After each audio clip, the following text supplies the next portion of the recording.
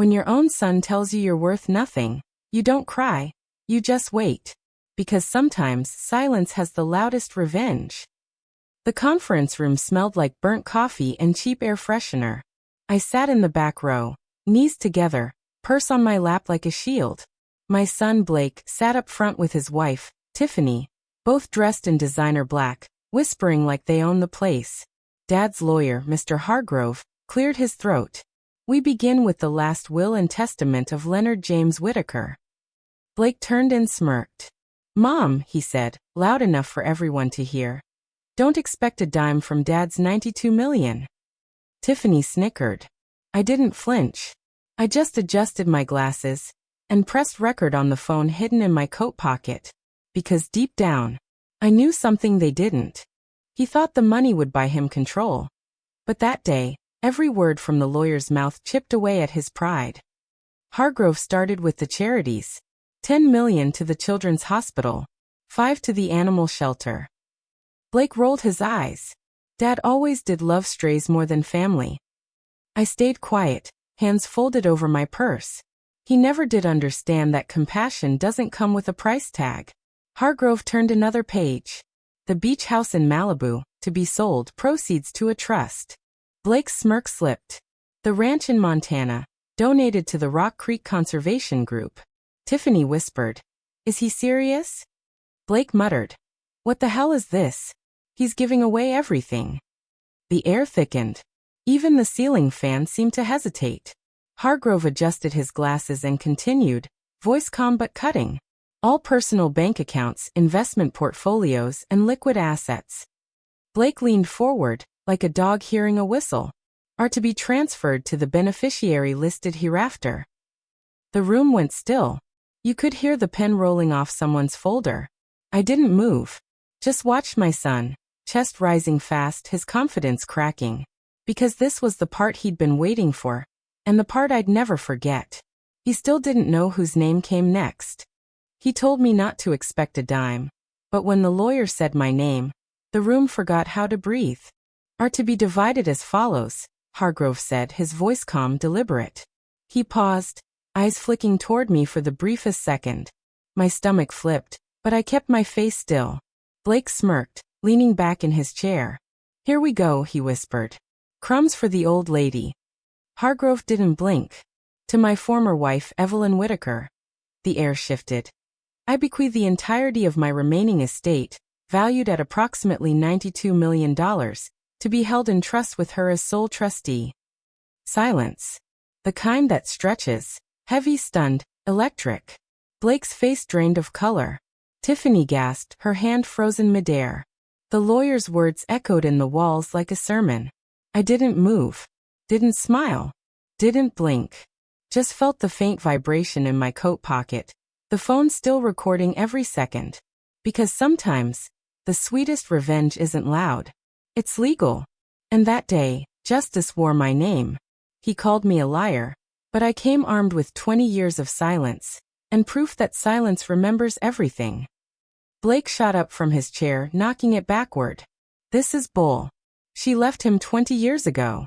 Hargrove raised a hand, calm but firm. Sit down, Mr. Whitaker. The will is ironclad. For the first time that morning I spoke. My voice was steady, quiet enough to sting. Actually, Blake, I never left. Your father did. And every year after, he came crawling back with apologies and checks I never cashed. Tiffany's mouth opened like a fish. She glanced around, hoping someone would defend them. No one did. You're lying, Blake barked, face red, jaw trembling. I reached into my purse, pulled out a thick folder, and placed it gently on the table. Bank statements. Love letters. Photos. Want me to read one? The room froze. Blake's eyes darted to Hargrove, then back to me, panic blooming under his arrogance. I flipped the folder open just enough for him to see the top page. A handwritten note, dated only 2 months before Leonard's death. I'm sorry, Evelyn. You were always the best thing I threw away. I closed the folder and set it aside.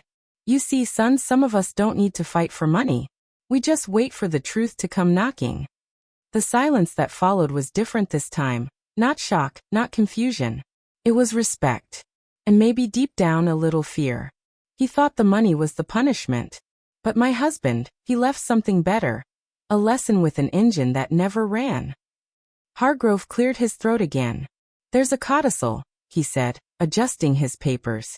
Blake froze mid-breath. A what? An addition, Hargrove replied. Dated 3 months ago. The sound of rustling chairs filled the room. Even Tiffany leaned forward, hoping for redemption. Maybe something that would save their pride. Hargrove slid on his reading glasses and read slowly, word for word. To my son Blake Whitaker, he began. I leave the 1967 Mustang in the garage, provided he can start it without my help. A ripple of laughter moved through the room. Hargrove looked up. He never could. Blake blinked, his face twisting from disbelief to fury. That car's worth maybe 50 grand. I smiled softly. Your dad said you'd say that. Tiffany shot me a glare sharp enough to cut glass. What's that supposed to mean? I leaned back in my chair. He also said you'd never change the oil. It ceased. Another round of snickers from the back row, low, embarrassed chuckles from people who'd spent the morning trying not to pick sides. Blake's fists clenched. He slammed the table so hard the folders jumped. This is a joke. He can't do this to me. Hargrove closed the folder with deliberate calm. He did. Blake's chest rose and fell in heavy bursts. Tiffany whispered something about lawyers, about contesting the will, about what's ours. But no one answered her. I gathered my things, purse folder, the quiet dignity I'd carried through every insult. Then I stood. Blake, I said softly. Your father gave you more than you think. He gave you a mirror. He stared at me, eyes wet with anger. You think this is funny? No, I said. I think it's fitting. The lawyer's office was silent again, but this time it wasn't heavy. It was clean. Years of bitterness had finally settled like dust. I walked toward the door, heels clicking on tile, every step a quiet goodbye to the woman who once begged for peace in this same room. Just before leaving, I turned back and placed a small, metal object on the table, an old, tarnished car key. If you can start it, I said, it's yours. His face twisted, but I didn't wait for a reply. Outside, the air smelled like rain. For the first time in years, it didn't feel like the world owed me anything. It just felt fair. I walked down the steps, my phone still recording, the faint laughter of justice trailing behind me. Because sometimes, the sweetest revenge isn't in what you take. It's in what you leave behind. They thought the reading was over. But my husband always saved his best lessons for last. The kind you can't spend, but you'll never forget. Tiffany leaned close to Blake, whispering through clenched teeth. We're contesting this. I heard her. Didn't care. Hargrove, steady as ever, cleared his throat. We're not finished. To Evelyn, I also leave the lake house in New Hampshire, the yacht in Miami, and the private jet, fully fueled. Blake lurched to his feet again. Dad hated flying. I turned my head slowly, my voice calm as rain. No, sweetheart. He hated flying with you after you got drunk and tried to land in Vegas. The paralegal coughed into her coffee, trying not to laugh. Blake's face flushed a violent red. That was one time. Twice, I corrected, adjusting my glasses. Once in Vegas, once over Lake Tahoe. I still have the newspaper clipping. The lawyer pressed his lips together, hiding a smirk. Shall I continue? Tiffany crossed her arms, whispering, This isn't fair. Fair, I said softly, isn't about what you get. It's about what you earn. Hargrove resumed, his tone carrying the weight of every word. And the final bequest. The room leaned forward. Even the air seemed to pause. To my son Blake Whitaker, I leave the remainder of my personal effects, including my journals and recorded messages, to be delivered upon his completion of mandatory counseling, financial literacy training, and 1 full year of gainful employment not funded by family resources. A beat of silence. Then laughter. Quiet, awkward, spreading like wildfire. Blake's jaw dropped. Counseling? He's mocking me. No, I said, standing slowly, he's teaching you. Hargrove nodded once. Your father was clear. Redemption doesn't come in cash. Blake slumped back down. eyes glossy with something he'd never shown before. Humiliation mixed with realization. I gathered my folder and purse. It's all there in writing, I said. Maybe this time, you'll read the fine print before calling your mother worthless. Tiffany hissed, "This isn't over." I met her gaze. "It never is, dear. Not until you grow up." I turned to Hargrove. "Send the jet to New Hampshire. I think the lake's waiting for me." As I walked toward the door, the paralegal whispered, "Ma'am, that was legendary." I smiled. "No, Connie. That was overdue." Behind me, Blake muttered curses that didn't carry. The only sound that mattered was the soft click of my heels and the rustle of my inheritance papers, the sound of peace returning. Because in the end it wasn't about the money, or the houses, or the jet. It was about leaving behind the version of myself that stayed quiet for too long. And this time, when the door closed, it stayed closed. They thought they could question my mind. Turns out, I was the only one thinking clearly. The Whitaker Foundation. Evelyn to serve as chair. Annual disbursements, at her discretion. Blake laughed, bitter and sharp. "You're gonna give it all away?" I smiled. "Maybe. Or maybe I'll buy a bigger yacht. And name it Blake's Regret." Tiffany slapped his arm. "Do something." Blake stormed toward Hargrove. She manipulated him. Dad was sick. I slid another paper across the table, slow, deliberate. "Medical report," I said. "Clear mind. Signed by 3 doctors. Would you like their names?" Silence. Just the sound of defeat filling the room. By the time he realized it, the lesson had already been delivered, quietly but with precision. Blake's lawyer, a slick guy in a purple tie who clearly thought he was the hero, finally spoke. "We'll need time to review." Hargrove's smile was thin, almost imperceptible, but it cut sharper than any blade. "You've got 30 days to contest," he said. "After that, the trust's lock." Blake's mouth opened, probably to argue, but nothing came out. His ego was slowly deflating, one humiliation at a time. I stood up, taking my time, each step deliberate, every movement a message of calm authority. "Oh, and Blake," I said, voice soft but heavy with satisfaction.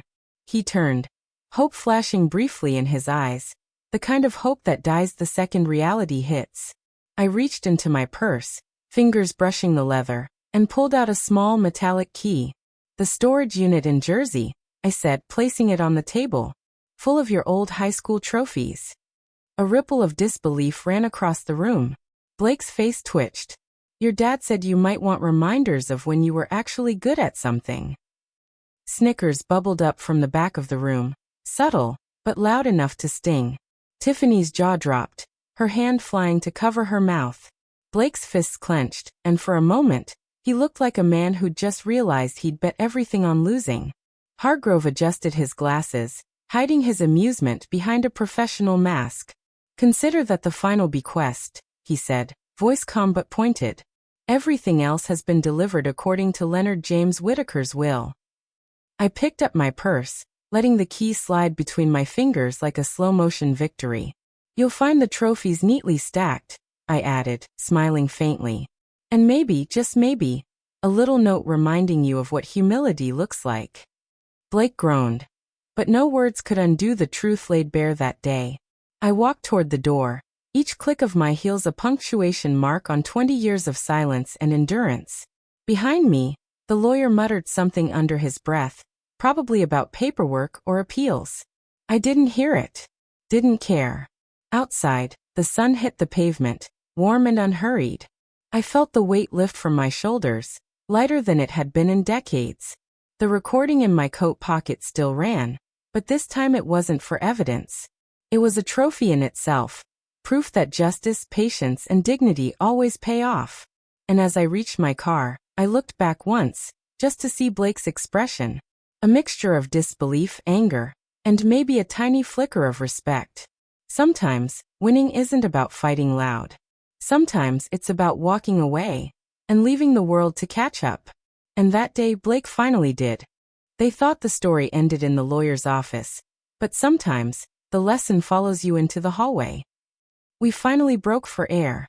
I stepped into the hallway, the tension from the room still clinging like heavy perfume. Blake followed, face red, part anger, part disbelief, part the tiniest spark of understanding. "You think you won?" he spat. I turned slowly, letting the weight of 20 years of silence settle between us. "I didn't win, honey," I said, voice calm, deliberate. "Your dad just finally told the truth." Blake's jaw clenched, fists twitching at his sides. He opened his mouth, then closed it again. Before he could argue further, Tiffany came running down the hallway, phone in hand, eyes wide. "We're calling the press." I smiled, casual, almost amused.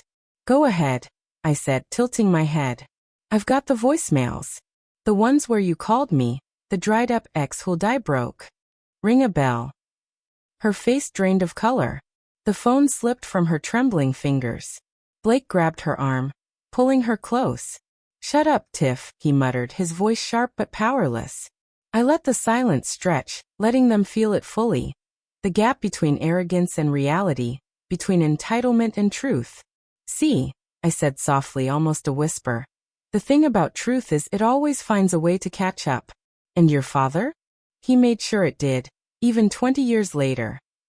Tiffany turned away, biting her lip. Blake's shoulders sagged slightly, a sign that some part of him finally registered the lesson. I didn't linger. My heels clicked along the polished floor like punctuation marks on decades of quiet endurance. I passed staff, lawyers, and onlookers, each glance a subtle acknowledgement. They had witnessed the culmination of a story that was about more than money. Outside, the sunlight felt different, warmer, freer. The kind that seeps in after storms. I took a deep breath, letting it fill me, letting go of the tension, the resentment, the weight I'd carried. "One day," I said quietly, almost to myself, "they'll understand. Maybe not today, maybe not ever. But the truth? That doesn't need understanding. It just needs time." And with that, I walked to my car, glancing back once. Blake and Tiffany stood frozen, faces pale, mouths half open. Behind the shock, I sensed something new. A flicker of respect, maybe even humility, small, but there. Sometimes, you don't need to shout. Sometimes, you just need to walk away.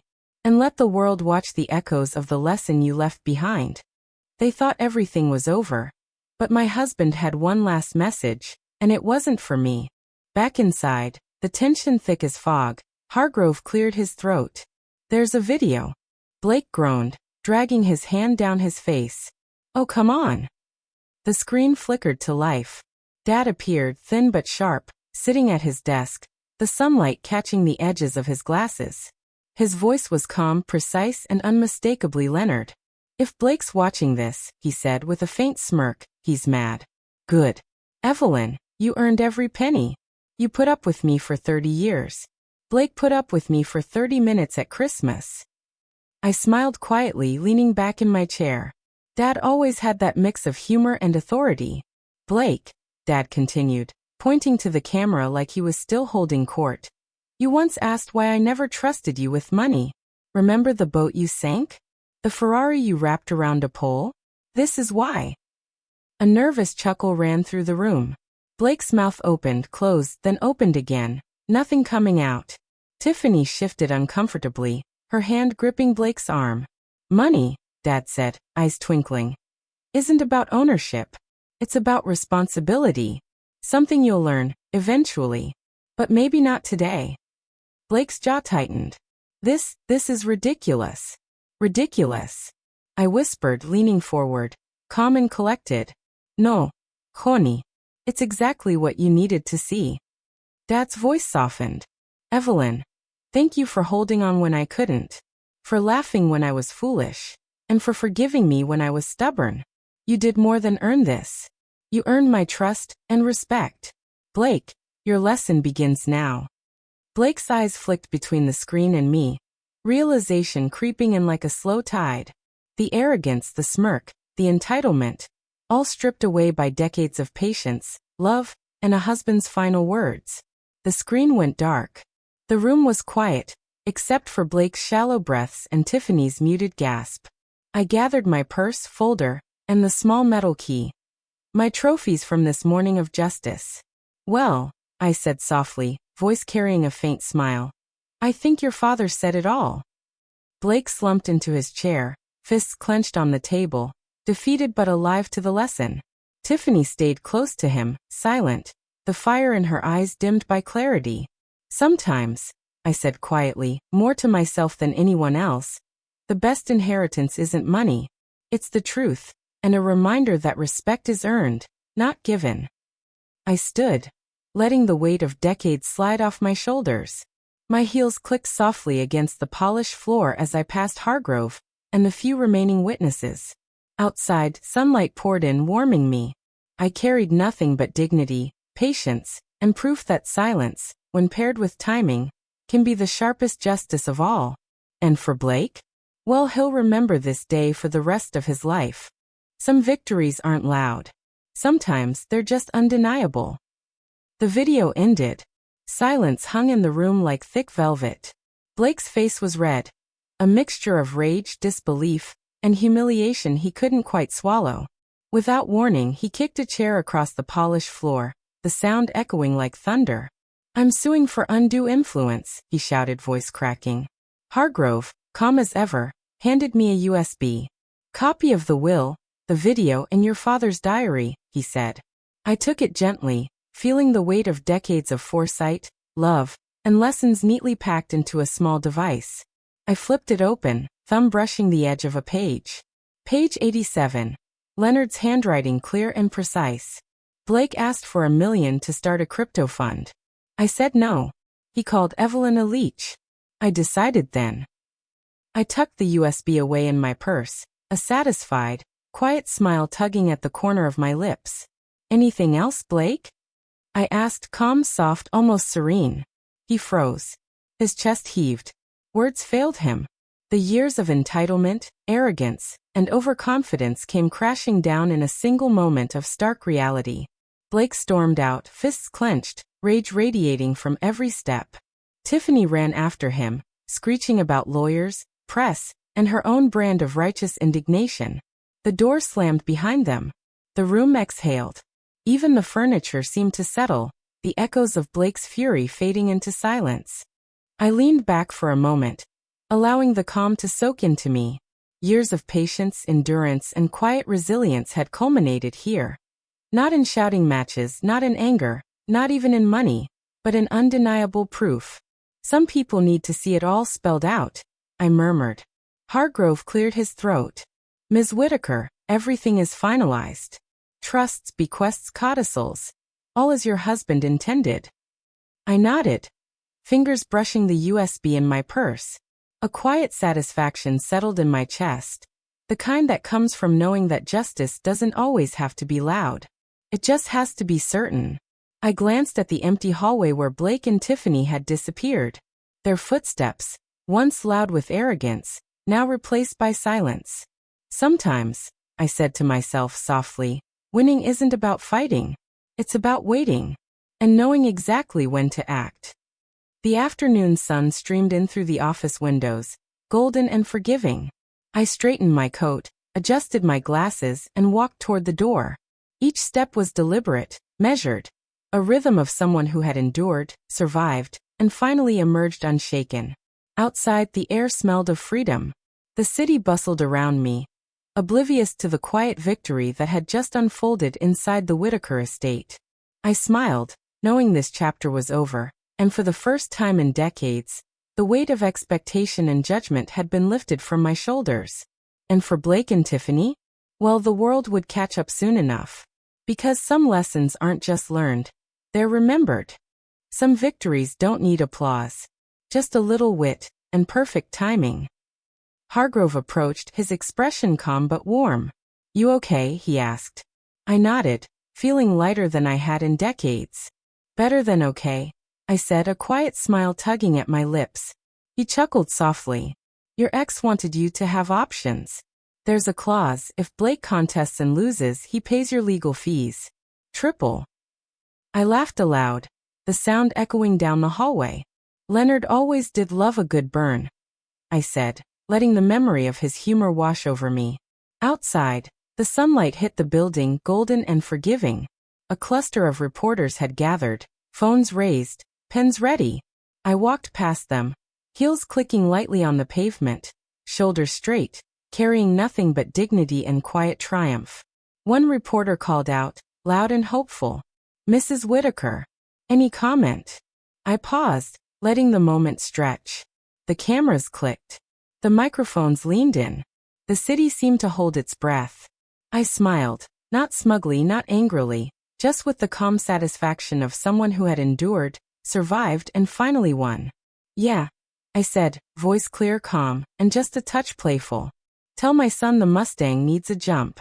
I left the cables in the trunk. A ripple of laughter ran through the crowd. Some reporters jotted notes furiously, others just stared. I turned on my heel and continued walking, the sunlight warming my back, the city buzzing around me, oblivious to the quiet victory that had just unfolded. Hargrove followed a step behind, smiling. "He won't forget this one," he murmured. I nodded, thinking of Leonard. How he had planned every last detail, every clause, every ironic twist, all executed perfectly. "No," I said softly. "He won't. And neither will anyone else who thinks patience and dignity are weaknesses." Every step away from the estate felt like shedding a lifetime of judgment, expectation, and frustration. The world ahead was wide open.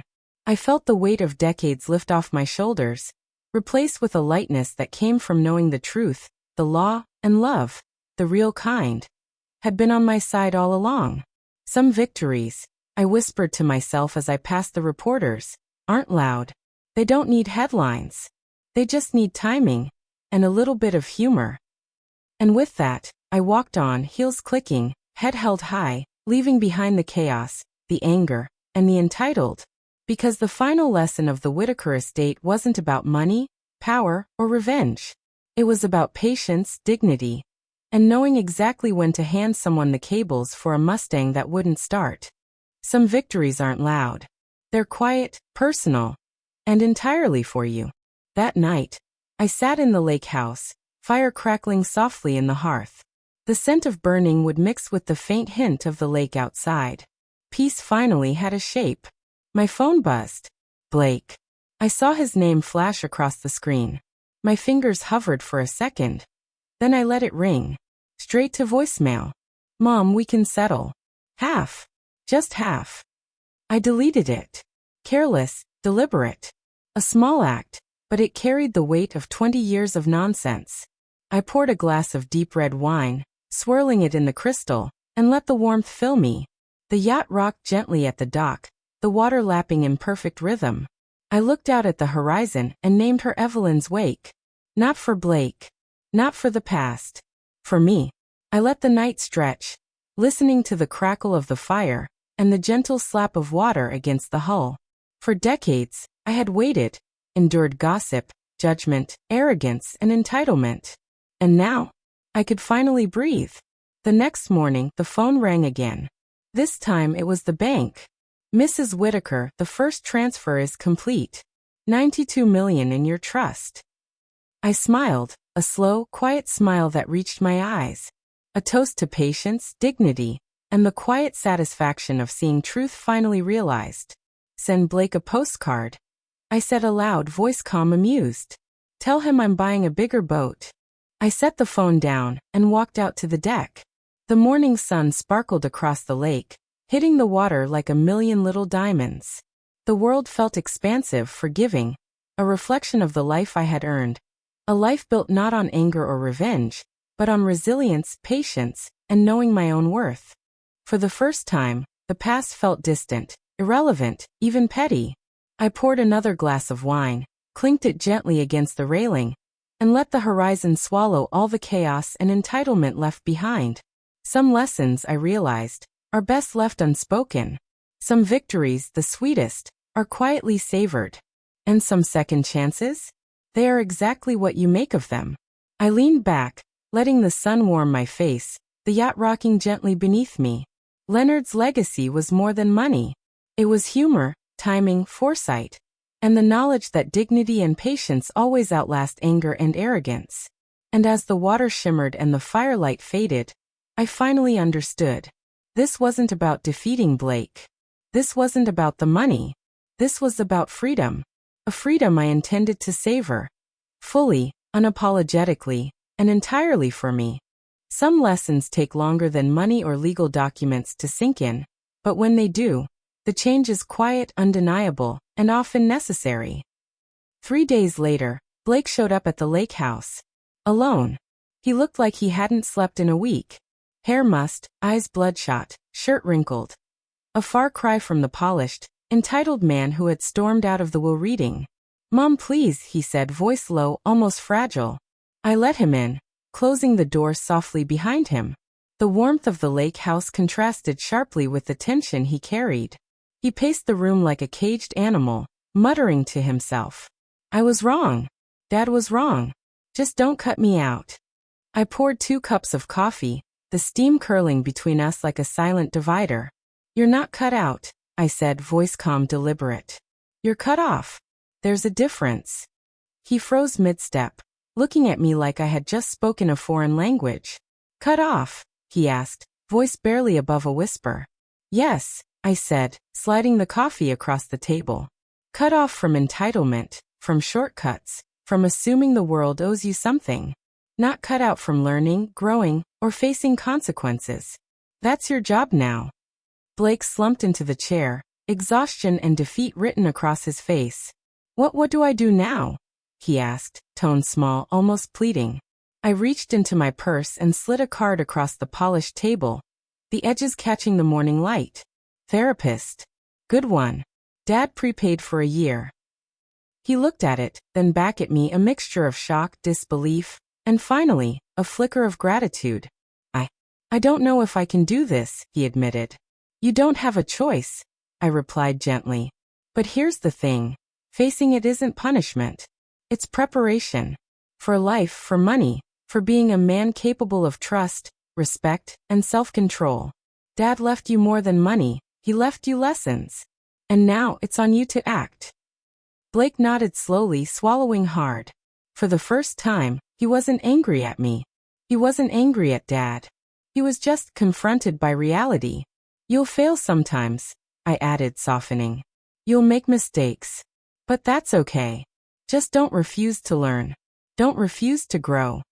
The room was quiet, the lake house breathing around us. Coffee steamed between us, the only sound in the gentle morning. "Mom," Blake said finally, voice smaller, humbled. "Thank you for not giving up on me completely." I smiled faintly, leaning back. I didn't. But I also didn't lower my standards. There's a difference. Remember that.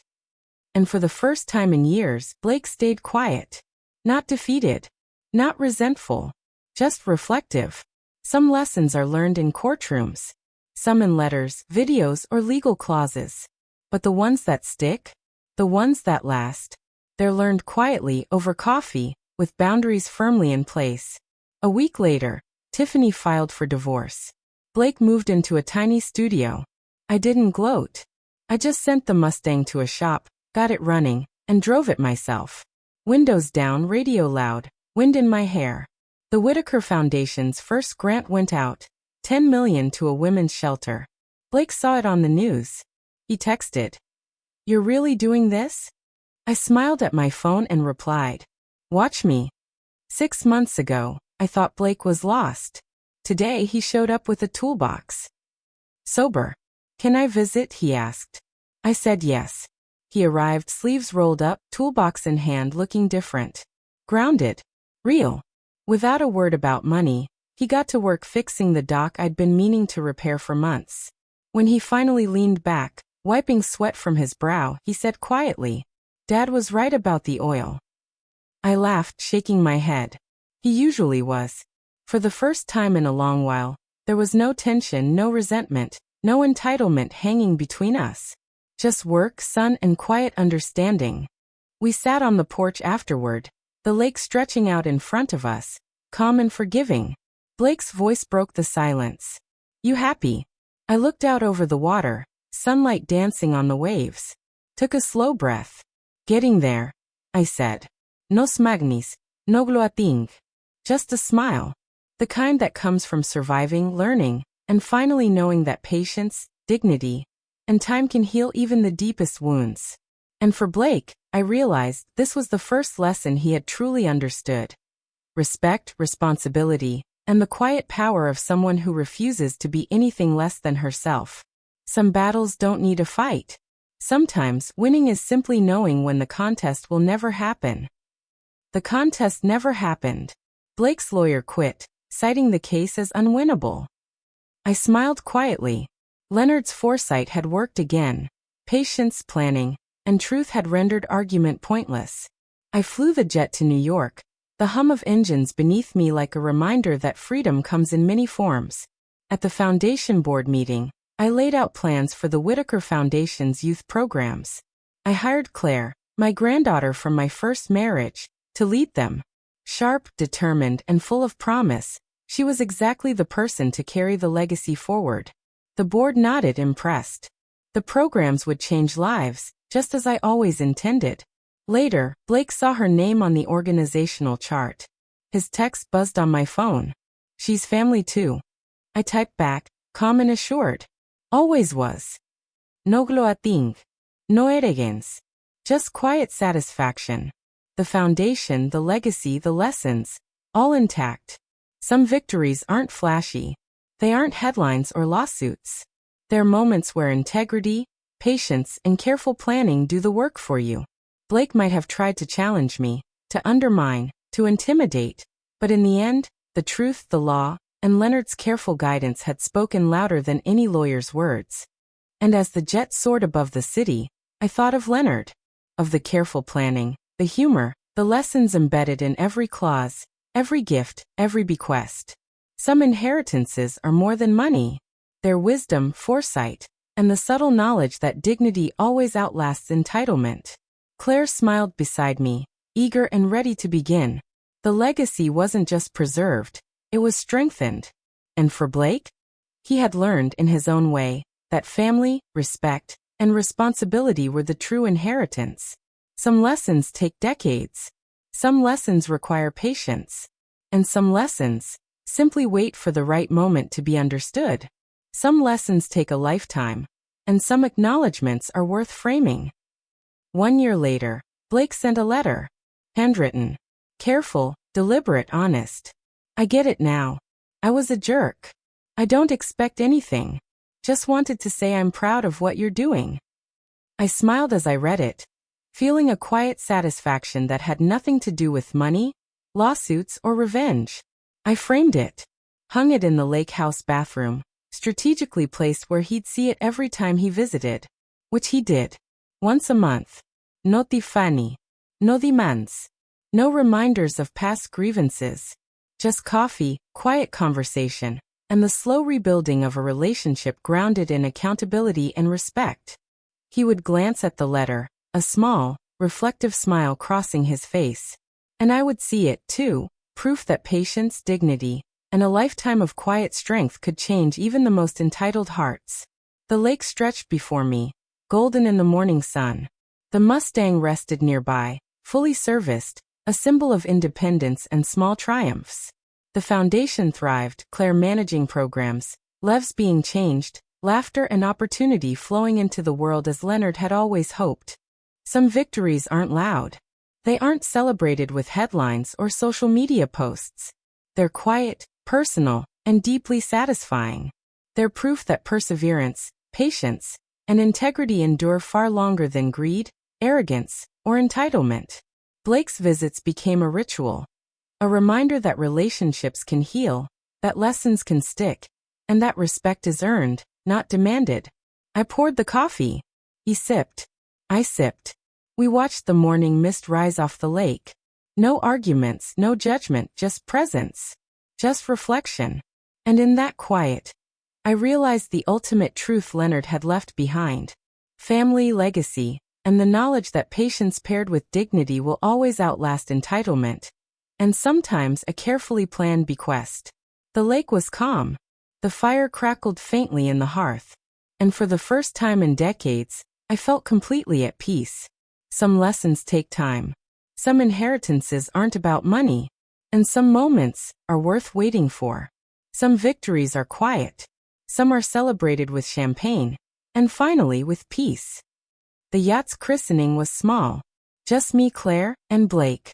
No cameras, no press, no drama. Just the people who mattered. Blake held the bottle, a little awkward, hands trembling slightly.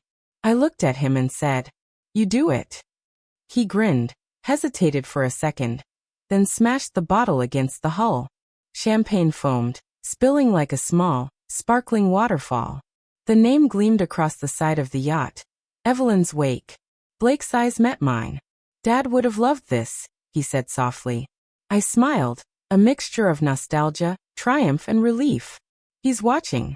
And for once, he's not disappointed. The wind caught the sails. The yacht glided smoothly over the water, reflecting the late afternoon sun. Waves lapped at the hull, carrying away any remnants of old grudges, old fights, old disappointments. For the first time in decades, there were no inheritance battles, no anger, no regrets. Just water, wind, and a woman who had finally reclaimed her name, her dignity, and her life. Claire laughed, tossing the rope neatly over the cleat, looking proud and capable, exactly the person Leonard would have trusted to carry the foundation forward. Blake stood quietly, watching, reflective, a hint of humility and understanding in his posture. I leaned against the railing, letting the breeze wash over me. The smell of salt, the taste of champagne, the warmth of the sun. All of it reminded me that some victories aren't about money or revenge. They're about reclaiming your life and living it fully, unapologetically, and on your own terms. The yacht cut through the water, heading toward the horizon. The sunset painted the sky in oranges, pinks, and golds. In that light, everything felt possible. Some battles are fought in courtrooms. Some in letters, in diaries, or over long-past conversations. But some victories are celebrated simply by living, by sailing, and by naming your triumph after yourself. I looked at Blake and Claire, the wind in our hair, the future wide open. And in that perfect fleeting moment I knew Leonard's legacy had been honored, my dignity preserved, and my life finally my own. No fights. No regrets. Just freedom, laughter, and the endless horizon. If you're reading this, and someone told you your time's up, don't believe them. They told me that too. That I was finished. Forgotten. That my story ended the day I turned 68 and walked into that while reading. They were wrong. Because here I am, 69, steering a yacht with my name on it, the wind in my hair, and peace in my chest. The money's nice. The freedom's better. But the truth? It was never about the inheritance. It was about the becoming. If my son, the same boy who once called me a burden, can learn to fix a dock with his own hands and drink his coffee in silence instead of entitlement, then maybe there's hope for anyone still trying to rebuild. You don't need a fortune to start over. You just need courage, and maybe a little faith that your story isn't done yet. So if you're watching this, thinking it's too late to change your ending, it's not. Start where you are, with what you have, even if it's just a shaky voice and a small step forward. Because the will, your will, is already written, and it's yours to claim. Please like, subscribe, and share the video with your friends.